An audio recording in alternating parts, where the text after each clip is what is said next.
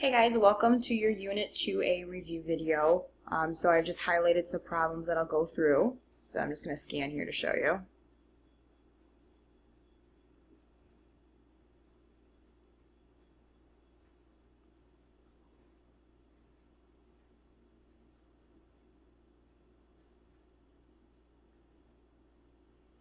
Okay, so feel free to fast forward, do whatever you gotta do to help you prepare for your test next week. You may want to tune in for question 24 though for a special treat. So coming back up to the beginning, let's just review some of our factoring techniques that we learned throughout this course. Okay, starting right at the top here, number 2. First thing you should always ask yourself is, can I take out a greatest common factor? Can I take out a GCF? When I look at 2, I can see that I can pull out a 3 as a GCF.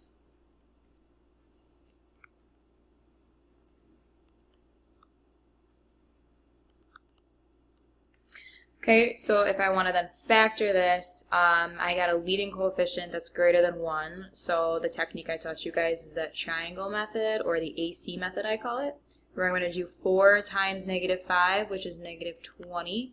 And I'm now looking for factors of -20 that sum to -8. So when I think of my factors, I got -10 and 2. Those will add together and give me -8.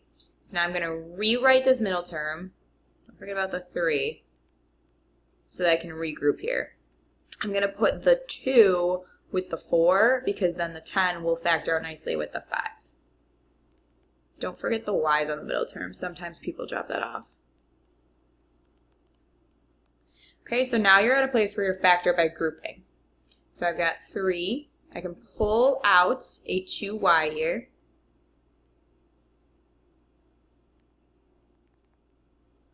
And over here, I can pull out a -5. And I'm going to pull out a -5 rather than a +5, because that'll create a 2y plus 1.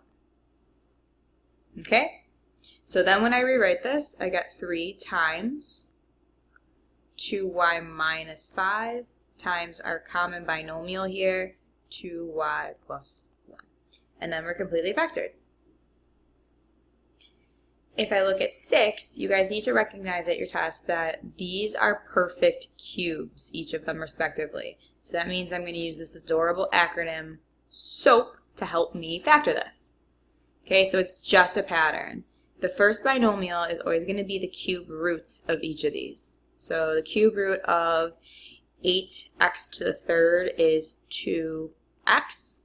Recall that if I'm taking the cube root of an exponent, I'm dividing that exponent by 3. S stands for same sign. Cube root of 27y to the 6th is 3y squared, because 6 divided by 3 is 2. Okay? The second part, which people tend to forget, just make sure you're not forgetting to do the second trinomial here, is going to be the square of 2x, which is now 4x squared. Make sure you do 4x squared, not 2x squared.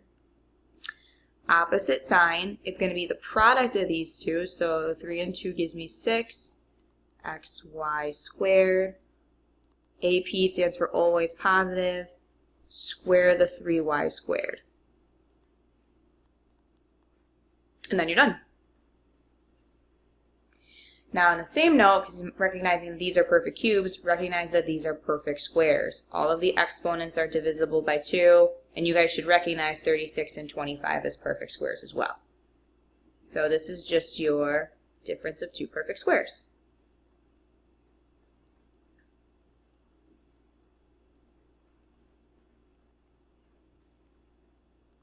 Notice that when I'm rewriting my exponents here, I'm dividing each of them by 2.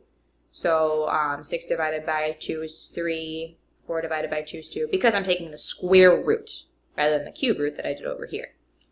Okay, and then I'm multiplying by its conjugate pair, meaning it's the same except for that middle term has changed. Okay, and then you're good to go. Now when you see something like 10 where there's 4 terms, you should recognize that that's typically where we do factor by grouping. So if I look at the first 2 terms, I can see that I can pull out a GCF of x squared. When I look at the second 2, I can pull out a 2y.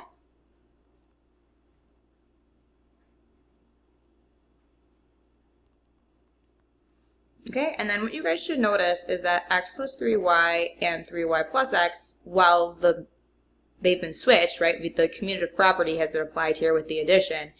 It's the same thing. Addition's commutative, so this is the same as that. So there's your common binomial. So I can rewrite this as x plus 3y, or 3y plus x, whatever you want to do, times this leftover stuff, the x squared plus 2y.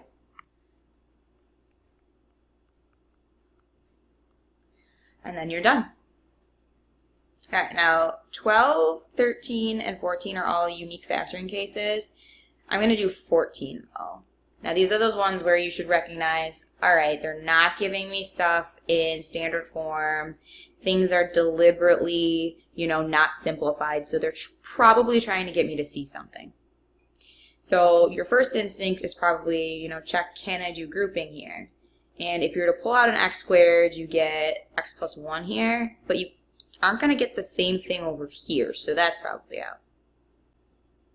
So when I look at these first three terms, I'm seeing that I can pull out an x.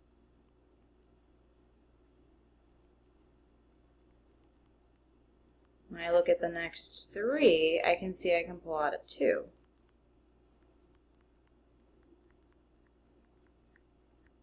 And what you should notice is now instead of a common binomial, I have a common trinomial. So I will rewrite this as x squared plus x minus 12 times, don't forget about the x minus 2. Now you got to be like, all right, does x squared plus x minus 12 factor even more? Are there factors of negative 12 that sum to 1? Yes, there are. I can use 4 and 3. So I'm going to do plus 4 x minus 3, because that'll give me the positive 1. And then that's factored. Okay, so that's a unique factoring case. You can check out my key for the other ones. Now, down below here, okay, suppose we know that the polynomial equation, blah, blah, blah, has 3 real solutions, and that one of the factors is x plus 3. Algebraically find all 3 solutions. So as I told you guys in class, you've got to be aware of the vocab that we're using here. I'm telling you x plus 3 is a factor of this cubic function. So what we're going to do to find the other factors to help us get the other solutions is divide it out. And we did this in Unit 1 as well. So we've been doing this a lot lately. So make sure you're not forgetting this. Now if I'm dividing by x plus 3, that means it's a linear with a leading coefficient of 1, I can use synthetic division.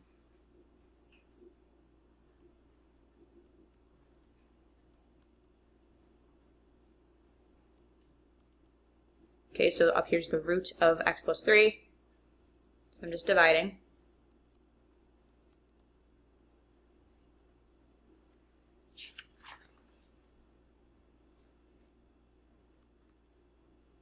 Okay, and I get 0 as a remainder, again, as I should, because I'm not going to lie to you and say something's a factor when it really isn't.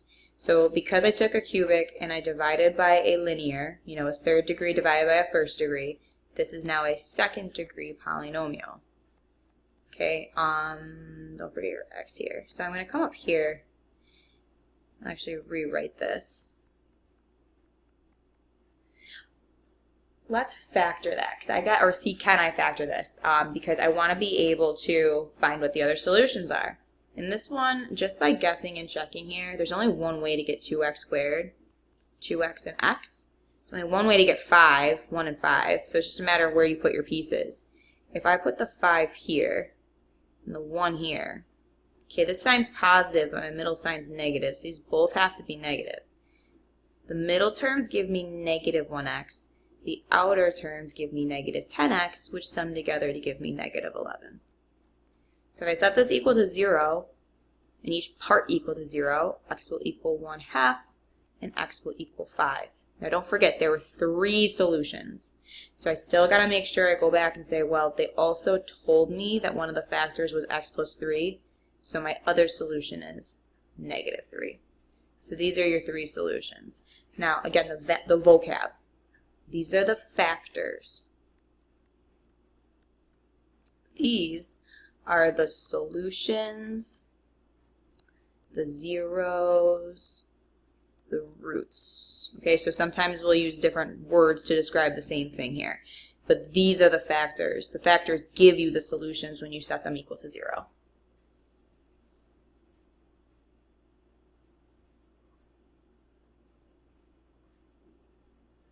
Okay, completing the square.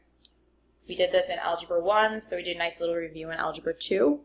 If I want to solve by completing the square, I got to move the constant term over by itself. In this case, it's already moved over. I'm going to rewrite this as x squared minus 6x plus blank is equal to negative 3 plus blank. So I'm going to add something to both sides to create a perfect square on the left-hand side. You're always going to take half of this b term. So half of negative 6 is negative 3. When I square that, I get 9. So 9 is the magic number I'm going to add to both sides of my equation. Now this left-hand side is always going to factor to x minus 3 squared. It's always going to be half of that b term here. And then 9 plus negative 3 gives me 6. Okay, now remember you're solving here. So you're going to take the square root of both sides, but don't forget it's plus or minus because you're taking the square root of something being squared. There's two solutions. So I get x minus 3, because that will undo the square, is equal to plus or minus radical 6. And when I add over the 3, I get 3 plus or minus the square root of 6. Now what if the leading coefficient isn't 1? Okay, so something I didn't mention before that I should have is I can complete the square when this leading coefficient's 1 as it was there, but look at this, now it's 2. So I have to adjust some stuff in order to be able to complete the square. So in order to create a leading coefficient of 1, I'm going to divide everything by 2.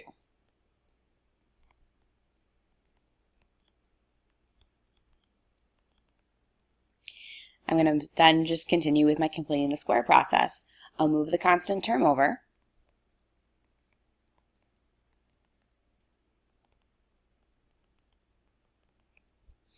And then I'll take half of b, square it, and add that to both sides. Now whenever you add fractions, you need to make sure you have a common denominator. So instead of doing plus 1, I'm actually going to think about it as plus 2 over 2, so that the denominators are the same. So now I have x minus 1 squared from the left-hand side is equal to 9 halves. I'll take the square root. To undo the square, don't forget your plus or minus. So this leaves me with x minus 1 is equal to plus or minus 3 over radical 2, because I can take the square root of the top and the bottom. From there, I'll move the 1 over, put it in front of the plus or minus, and I'm not going to leave this as 3 over radical 2 because it's not rationalized. So I have to multiply the top and bottom by radical 2. So that becomes 3 radical 2 all over 2.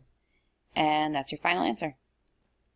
For the quadratic formula, you guys need to make sure you have this memorized. X equals negative b plus or minus the square root of b squared minus 4ac all over 2a. Okay? If you don't have it memorized, there's always that song of Pop Goes the Weasel that'll help you remember it. I'm not going to sing it because I have a terrible voice, but check this out.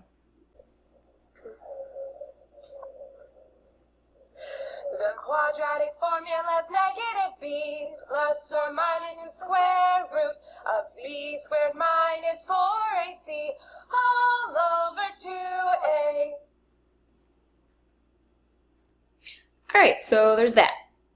So anyway, I'm going to do the quadratic formula for each of these. I'm not going to factor this out, or distribute this out, I should say, because they've already partially factored it for you, right? But I can do the quadratic formula for each of these. Okay, and I can use the quadratic formula because these are each respectively quadratics or degree 2. Okay, so like for the first one, I guess I'll do this one in pink. I've got x equals, okay, positive 7 plus or minus the square root of negative 7 squared. Notice the parentheses, that's important. minus 4ac all over, make sure you're sending that entire bar across to a. Now what I told you guys in class is, let me pull up my calculator here. When you plug this in your calculator, plug it in just as you see it. Don't try to simplify it partially because sometimes people mix up the negatives and then they get the wrong discriminant. Okay, so I actually get 1. So x is equal to 7 plus or minus the square root of 1 all over 12. Well, the square root of 1 is 1. So when I branch off into two solutions, I get 7 plus 1, which is 8 over 12, which is the same thing as 2/3, right? If I divide by 4. And then 7 minus 1 gives me 6 over 12, which is just 1/2. Okay, so there's that. And then I'll do it with the other one too. I go up here. X equals negative b plus or minus the square root of b squared minus 4ac all over 2a. Okay, so back to my calculator. Got negative 5 squared minus 4, okay, times 1, yeah, times 5. Alright, so 5. So this gives me x equals 5 plus or minus the square root of 5 all over 2. And it doesn't tell me to round or anything, so this is my most exact answer. Okay, so there's this, the 2/3, and the 1/2. Those are the solutions to this, what would be a fourth degree or quartic equation. Okay, so guys, sometimes stuff is not going to factor. Sometimes you're not going to get nice answers, and sometimes you'll even have to round. You just got to make sure you're paying attention to directions and remembering all the different methods we taught you in class. So good luck.